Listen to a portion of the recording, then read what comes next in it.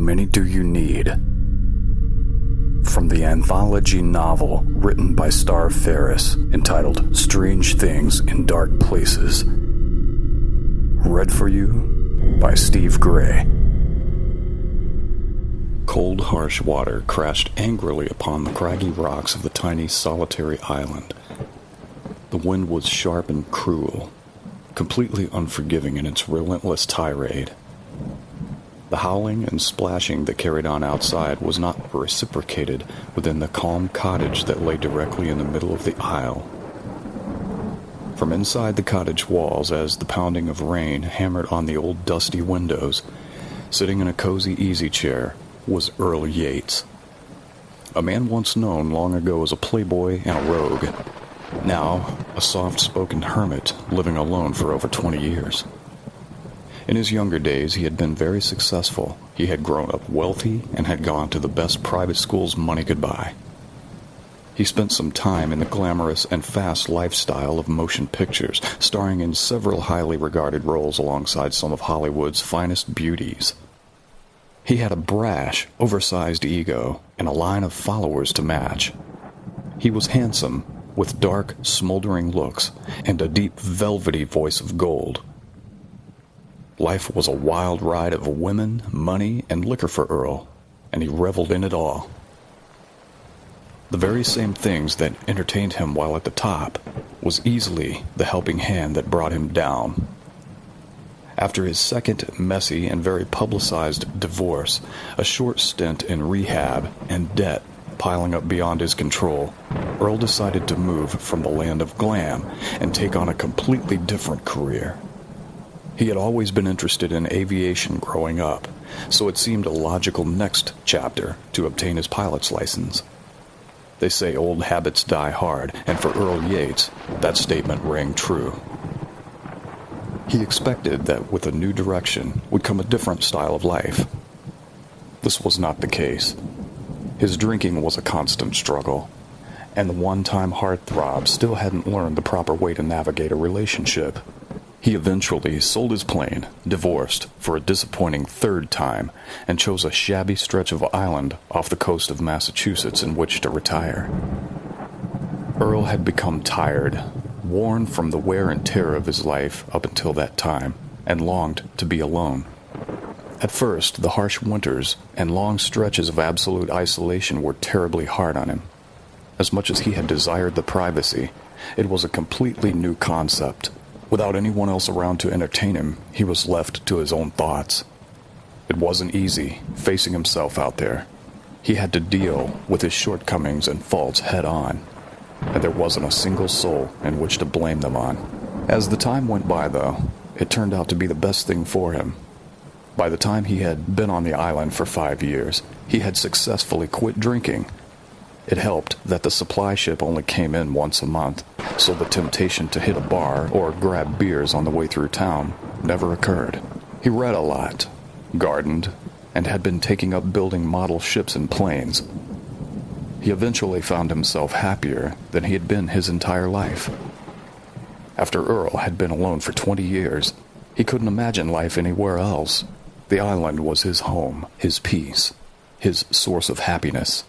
On this particular evening, as those winds blew relentlessly outside, he found himself engrossed in a mystery novel and a large cup of English tea. Swimming swirls of steam curled from the piping hot cup, lifting the rich, earthy scent to Earl's nostrils. He blinked hard, trying to remain awake, although the increasing weight upon his lids threatened sleep. The rhythmic tapping of rain against the roof and windows was like a lullaby to him, and it wasn't long before sleep won out. That storm brought more to the tiny island that night than just rain and wind. Something had come from the sea. Something made it to the rocks. Something forced its way over those jagged hunks of stone and earth. Something pushed through the night, straight to the warmly lit cabin in the middle of the island.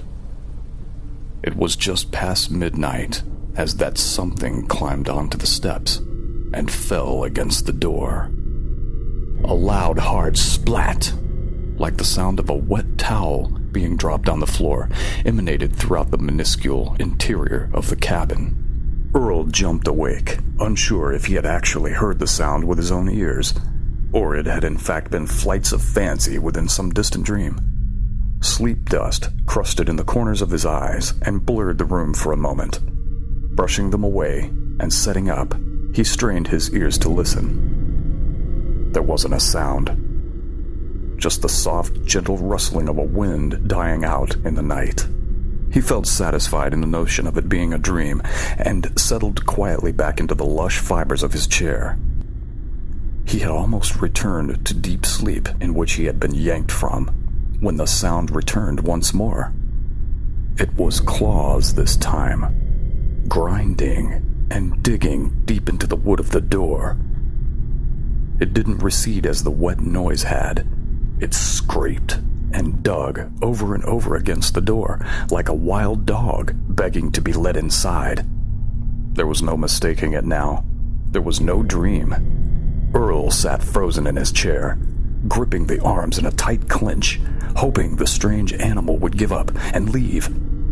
The origin of this sudden visitor was a mystery to him. How, he wondered, could something of this nature made its way on the island in the middle of nowhere, surrounded by nothing but sea?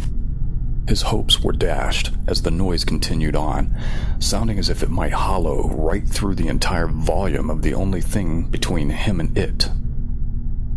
It was clear this beast was not giving up.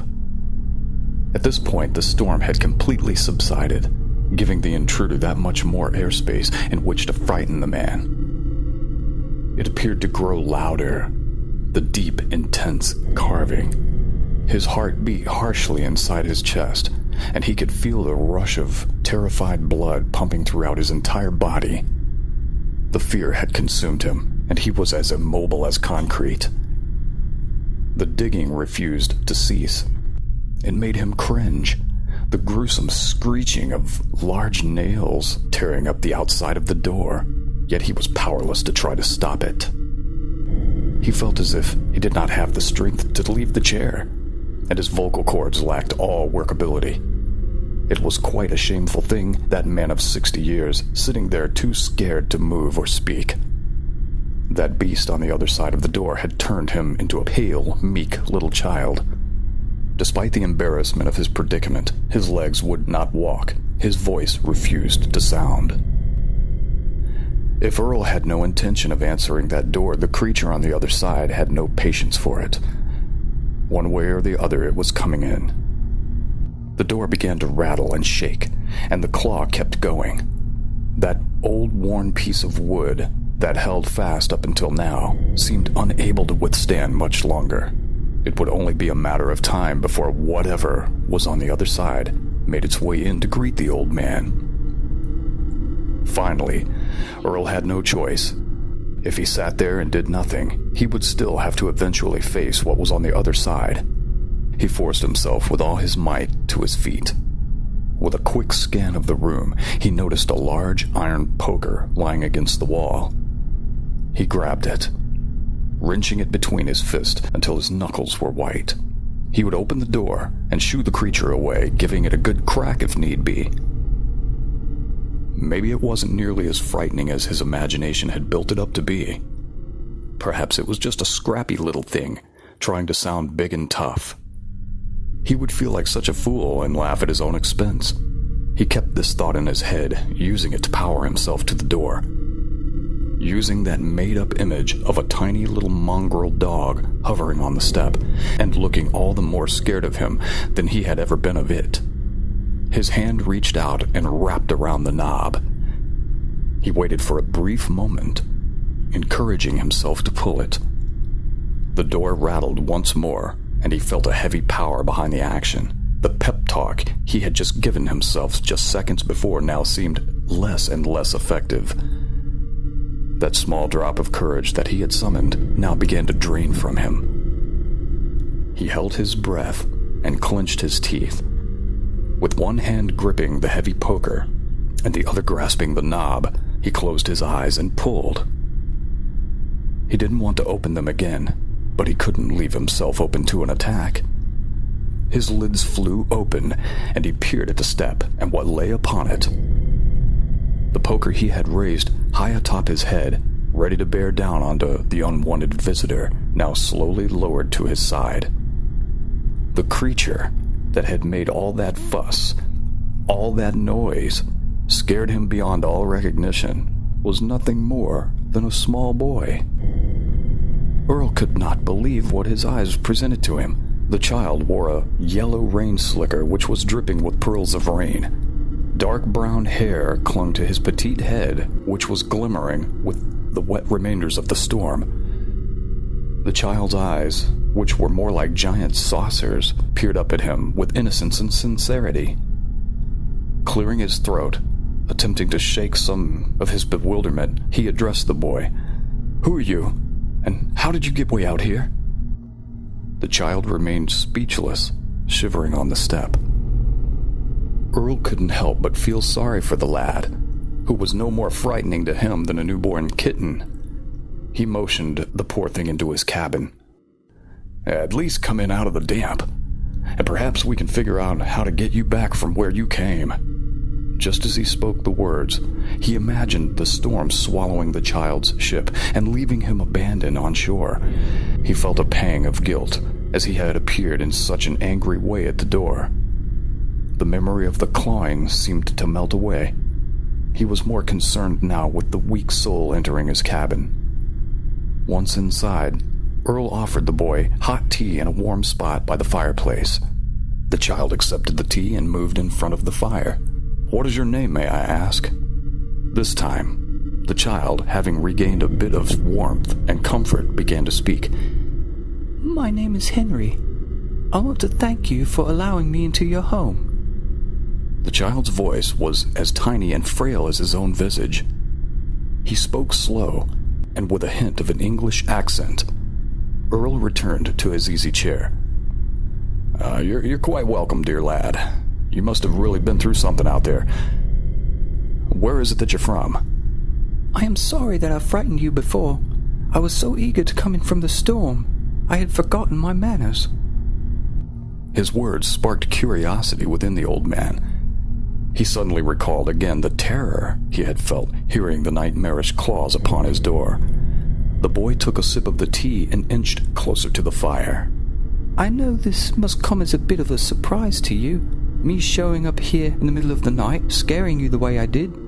I must tell you, though, I bring you no harm. In fact, I come bearing gifts." Earl was truly confounded now.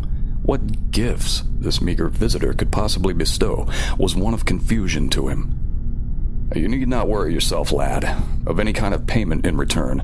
I'm glad to help you. How is it that you reached my island? Your boat capsized at sea, I presume?" The child yet again sipped on his tea. "Where I come from is not relevant at this time. What is important now is that you listen to what I have to say. I have come to you with powers most men can only dream. I am offering such gifts to you. I hope that you will accept them, as it will be great comfort to me." Now it was clear to Earl that something was quite amiss. Perhaps the young boy was in some state of shock, and not of stable mind. He decided to humor the child and entertain his ramblings. "What powers do you speak of, child?" "My powers come to you in the form of wishes. I grant you wishes, and thus you accept them as payment for my gratitude." Earl gave a nervous chuckle. "How many wishes do I receive?" The boy finished his tea and set the cup upon a nearby stand. He took several steps away from the flames toward the easy chair in which the old man sat. He smiled a bit, and a twinkle came to his oversized irises. His pale head cocked to one side as he appeared pleased that the man had given in to his whims. "How many do you need?" the boy asked. The peculiar conversation continued, and although Earl knew it was nonsense, he kept following along, hoping sooner or later that the child would give up. "What do you suppose I wish for?" "That is entirely up to you. There are no limits. You can have anything you wish. It is of no matter of mine what you choose." I'm happy with my life. There's nothing that I wish for. The child seemed slightly annoyed by the game of word tennis that was going on. There isn't a man on this earth that has everything they need and want. There must be something you desire. No, I don't have anything to wish for. The child moved closer and now stood within inches of the man. His smile faded. Look, just wish for something. Anything. Let me prove to you this is a real offer. Perhaps you do not believe in my power. Earl was starting to tire of this game, but decided to take that next step for the child's sake. All right, if I must make a wish then, I wish for blueberry pie. The boy looked perplexed. I tell you that I can give you anything in the world, and you ask me for blueberry pie? That's right. That's what I choose. Now, will you admit that this game is finished? The boy sneered. All right, if it is a pie that you want, then a pie you shall have. The boy placed his tiny hands over his massive eyes, spouted some sort of low growling, and then removed his hands once more. Earl sat quietly, trying to hold back laughter. Where's the pie? The boy pointed to the side table in which he had earlier set his tea. Sitting next to the antique cup was a large blueberry pie, white rolling swarms of steam pouring from several slits in the golden crust. Earl was speechless. He jumped to his feet and backed quickly away from the child. Soon his back was to the wall, watching in stupefaction as the boy's sheepish grin grew and grew, spreading across his entire face. Who are you? You must tell me. What do you want from me? I already told you. I am here to give you what you want. I am not here to harm you. I am here to give you wishes. So if you please, ask for me what you want. I'm an old man. I have lived my life and have done many things. There isn't anything I want that you could give me. Are you sure? Replied the boy. Are you sure there isn't anything you would ask for if you could? The boy crept closer and closer, and as Earl had no more room to back up, he squirmed against the wall, frightened yet again of this newcomer. What are you? I know you're not just some little boy as you appear to me now. I heard you at my door earlier. No little boy could have made that sound. No little boy could grant real wishes. You tell me the truth now or leave. All right, if it comforts you to know, if it will return you to your senses and allow me to stay in your home, I will tell you. You are correct in your convictions. I am not a little boy, but I had to make you see me in this form. Humans are not easily pacified when faced with things they do not understand. Just accept that I am made of flesh and blood as yourself. I just happen to have the ability to grant wishes. The man was not satisfied by the boy's answer. He felt patronized by this unwelcome intruder. The fear seemed to melt away and replaced with anger. You take me for some kind of fool. I am not a puppet you can control. If it is true you are here to grant me wishes, then I know there must be some way you are benefiting from it. I do not desire to take part in this bizarre diversion any longer. The child was not deterred by the man's sudden brevity and determination. He continued to bait him. You say there's nothing you desire. Nothing that could make you happy besides the life you already possess? But are you absolutely sure there isn't anything you regret, or which you could change about your past? Earl had plenty of things that he regretted about his past. The years of living in a bottle, the broken relationships, the lack of substance. He did not want to let on that there was, but the look on his face gave it away completely. As time ticked by, and the soft winds caressed the outside world inside, their conversation continued. Earl attempted with great effort for some time to withstand the temptations of the wishes. The child was a convincing creature. It was just past 3 in the morning when he finally broken down the old man's spirit. The lie that Earl had been telling himself all these years, the one that he was happy alone, that he did not need a companion, had just been that. Lies. Deep down, he had always wished that he had settled down and been able to enjoy a family of his own. The irony of it all was that now that he had quit drinking, faced his demons, and learned to be at peace with himself, he now was more the person that he would have liked to be in the relationships he had failed at. Alas, he had accomplished these feats through being alone, and now he wasn't sure if he could enter the real world again. The boy creature convinced Earl that he could wish for the things he longed for: a wife, children, all of it, and be truly happy the way he only pretended to now. As much as he had detested the original idea of accepting the wishes before, it now sounded like the rational thing to do. Besides, how often is one faced with this kind of opportunity? To gain all the things he had dreamed of, and perhaps more. Why shouldn't I make my wishes? He pondered the question to himself. He had earned the right to be happy. He would make a few wishes, then send the creature away. He had helped the child out of the storm, and in return he would redeem the wishes. Where was the harm in that? All right, Henry.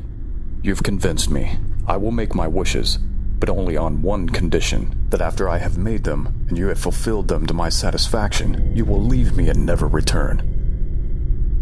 Henry bowed down and made his promise to the old man. So, with that, the deal was done. Earl would have his pick of as many wishes as he felt he needed in order to complete his life of happiness, and the boy would leave soon after. Earl took his first wish, wishing that he lived in a beautiful home, one fit for a large family. The boy granted it to him, and soon the tiny cabin was transformed into an elegant manor which spanned almost the entire island. Earl was wonderstruck, in awe of the powers in which the child possessed. His second wish was for himself to be young again, to be dashing and handsome as he once had been before. The wish was approved, and the old man could not believe his eyes as he looked into a mirror and watched the years disappear, making way for the coal-black hair, smooth skin, and perfect teeth. He was delighted. He thanked the boy over and over, gaining an ever-increasing high from the answering of his whims. He did not fear the child. He did not feel the anger, the resentment, the distrust any longer. He was as giddy as he could remember when he was just a child himself. Life felt renewed, a brand of rejuvenation that no human could fathom. He was walking on air.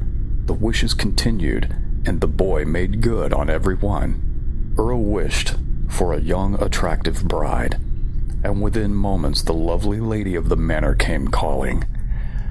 Earl wished for children, and no sooner had he uttered the words did he hear their laughter tinkling from the upstairs bedroom. He was overjoyed, felt a kind of satisfaction he had never known. He had gotten so overwhelmed by everything that had been given to him, in a matter of moments he wasn't paying any attention to his own thoughts.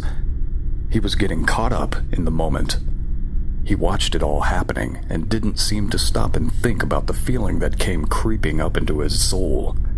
It was like the soft, subtle sinking of the sun at nightfall, a cold, dark breath that moved into him. Not only did Earl not feel the change that was taking over himself, but he did not seem to notice the boy.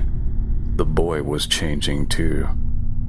The raincoat had fallen off him several wishes before. His hair had started to fall out, and skin began to gray.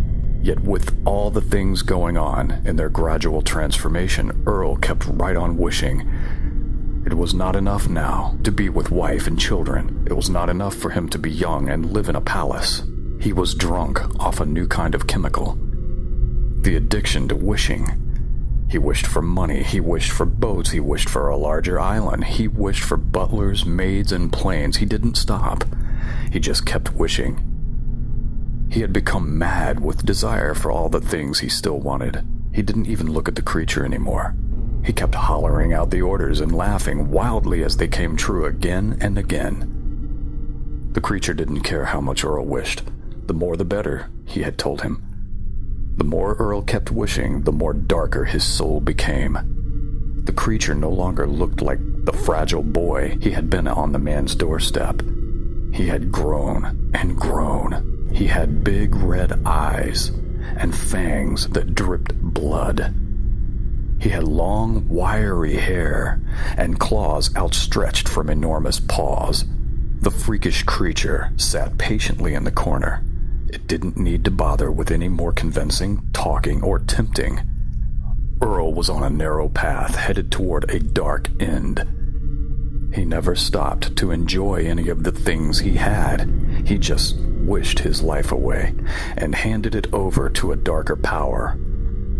The last of Earl's consciousness left like a wisp of dandelion spores in a summer breeze. The new soul that entered his body that day wasn't in search of its happiness anymore. It had found it. It opened the eyes of the newly stolen body and looked around at the magnificent mansion in which it stood within. A sinister grin wiped across its face. It had its own body now, to do as it wished. It no longer had to share a body with that of the shape-shifting wish dealer that sat in the corner. The wish-granting creature had restored to its own body, and the two demon souls were now separate to carry out their deeds more efficiently. It had been many years that the two entities had bided their time in the world of the in-between. When their time had come, being released into that human realm, it was Earl Yates who helped facilitate the newborn creation.